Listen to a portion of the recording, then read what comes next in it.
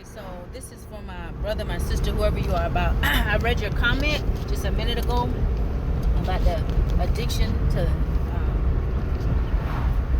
alcohol and lust.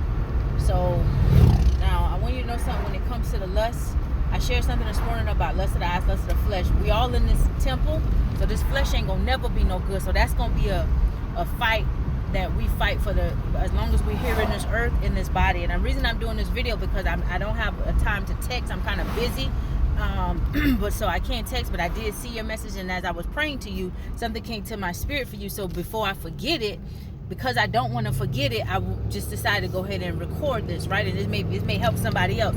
So the lust, know that the number one thing that will keep you bound is self-condemnation and guilt, and feeling like you're not enough, and the enemy keep putting these thoughts in your mind. See what you're doing, and then you start feeling so guilty till you become beat up and defeated by guilt. And what happens is you continue, you just give, the enemy wants you to give up, basically. So know that when it comes to the lust, as Jesus told the disciples, stay awake. You fall asleep, you fall into temptation. The spirit's willing, the flesh is weak. There's another sister on here, she had a video, I forgot the name of the title of it. Her channel is Lighthouse. So she said something that was very true. Sleep brings on lust, right? So there are a lot of times the enemy will try to use that lustful spirit, especially when we're tired, when we're at our weakest moment. But you can break that through fasting. Also, what came to my spirit when I was praying about the alcoholism is, and let me say this, the more you fast and the more you allow the spirit to gain ascendancy over the flesh, you're going to see these battles, they become less and less. You're not going to keep falling down as many times, right? So don't beat yourself up, because it is in your heart to do right. Righteousness is in you. You see what I'm saying? A righteous man may fall 7 times, but he'll get back up.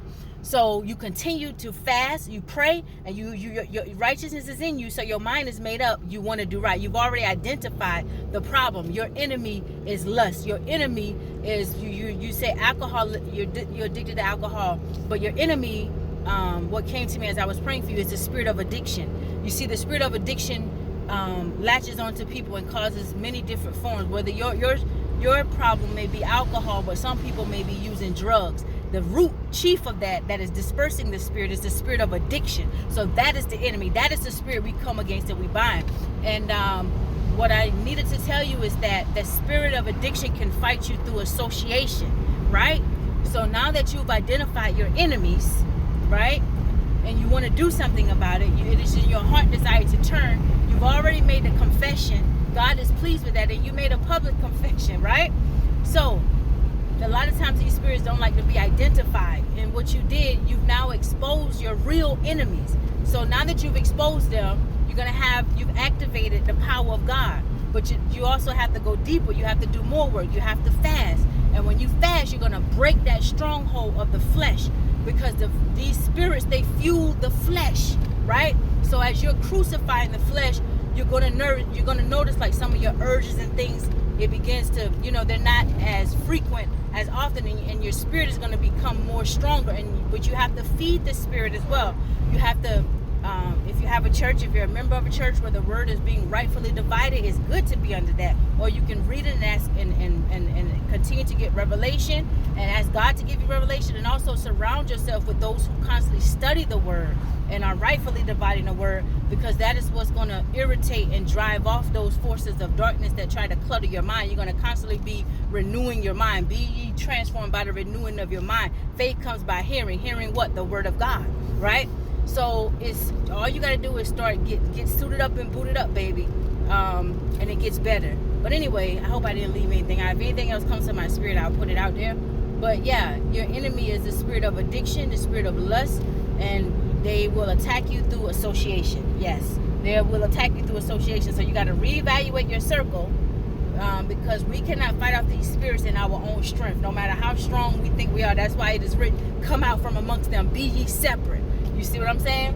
So, and you've made your decision, you recognize it, you want to come out from amongst it, you got to do it. You got to, put action, what I'm saying? Put action behind your words, and just call on God. When you're weak, when he already knows everything anyway, but it's something about making that open confession. And as you do that, you're going to get stronger and stronger. Your deliverance, you will receive your full deliverance, all right? God bless you. I love you. I'm going to continue to pray for you. And let's get it, baby. We on this battlefield together. All right? We on this battlefield together. Have a blessed day. Continue to let your light shine. I love you.